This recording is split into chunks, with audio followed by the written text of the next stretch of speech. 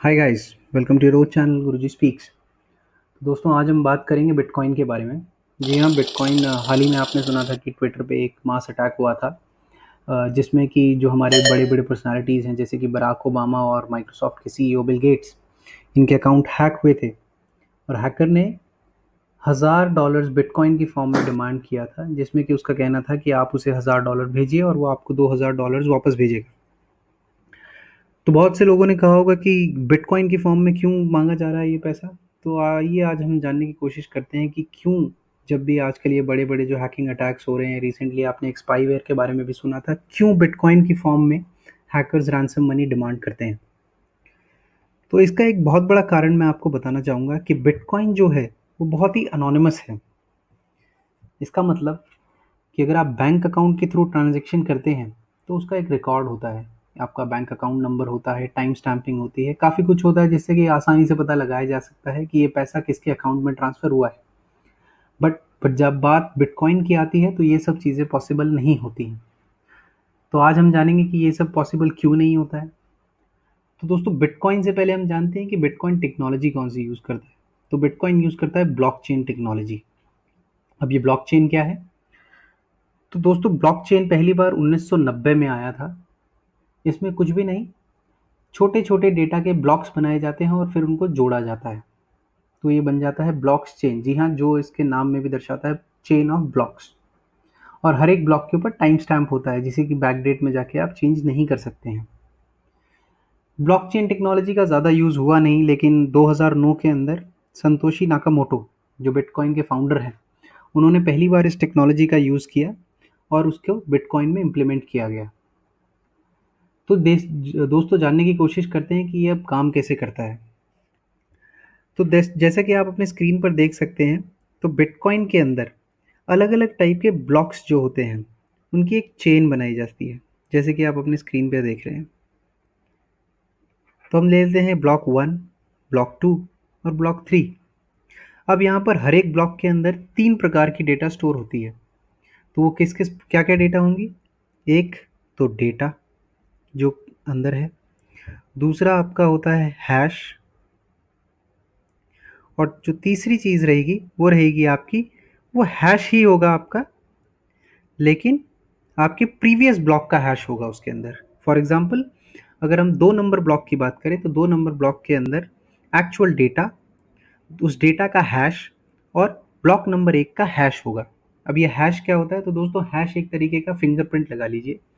जैसे कि हम जानते हैं कि हर एक इंसान का पूरी दुनिया में, हर एक इंसान का एक यूनिक फिंगरप्रिंट होता है, उसी तरीके से डिजिटल वर्ल्ड के अंदर हर एक डेटा का अपना एक यूनिक हैश होता है।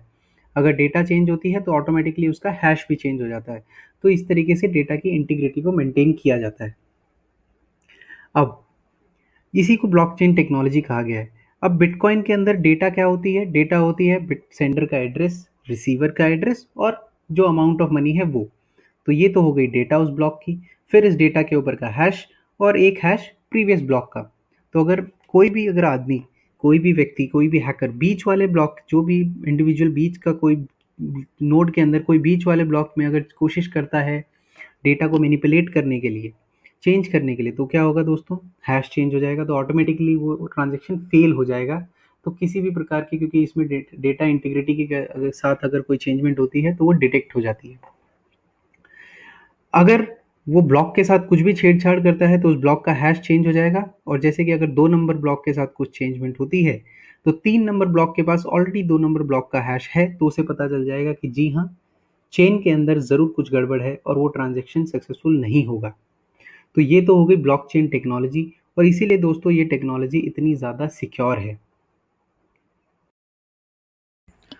तो दोस्तों, ये तो बात हो गई बिटकॉइन के ब्लॉकचेन टेक्नोलॉजी की। इसी टेक्नोलॉजी का यूज़ करके बिटकॉइन की फॉर्म में कोई भी अमाउंट एक पर्सन से दूसरे पर्सन को भेजा जाता है।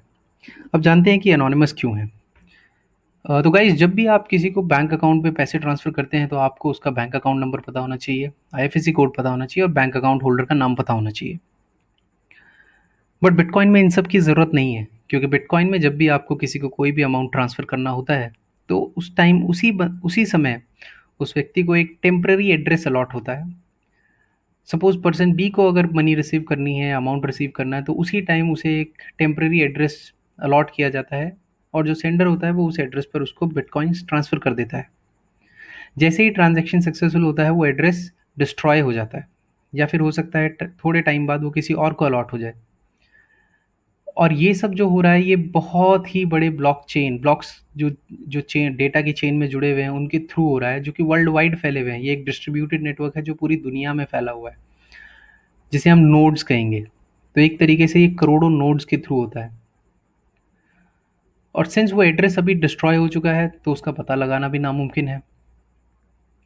तो यही एक टेक्नोलॉजी या फिर आप कहेंगे कि एनोनिमस होने की जो एडवांटेज है, हैकर्स के लिए ढाल का काम करती है।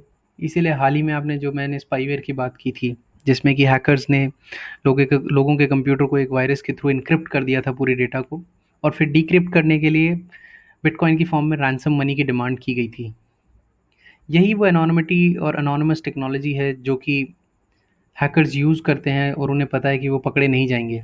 ऑल्दो कुछ एजेंसीज़ का कहना है कि अ, कुछ एफ़र्ट्स के साथ वो ये चीज़ को डिक्रिप्ट कर सकते हैं और पता लगा सकते हैं कि अमाउंट किसके पास ट्रांसफ़र हुआ है। बट आप सोचिए, the amount of effort that will be required इस चीज़ को करने के लिए। तो जब तक कि आप या तो बहुत बड़े आदमी हों या फिर हो सकता है कि आपका कुछ ज़्यादा ही अमाउंट ट्रांसफ़र ना हुआ हो, तब तक आई डोंट थिंक कोई भी एजेंसी ज़्यादा हार्ड वर्क करेगी आपके अमाउंट को या फिर रिकवर करने के लिए। तो दोस्तों मेरा आपसे यही सजेशन है, bitcoin is a good technology, it should be used blockchain, क्योंकि ये आपको एनोनिमस बनाती है और काफ़ी सिक्योर है, काफ़ी सेफ़ है, इसका यूज़ होना चाहिए। But on the other hand बहुत ही ज़रूरी है कि आप सेफ़ भी रहें, क्योंकि जिस तरीके से हमने देखा कि इसके अंदर हैकर्स भी बहुत ज़्यादा इन्वॉल्व हैं जो कि आपको ट्रैप कर सकते हैं। तो ये तो बात हो गई दोस्तों बिटकॉइन की। अगर आपको आज का वीडियो पसंद आया हो तो kindly like, subscribe and comment. Thank you. That's all.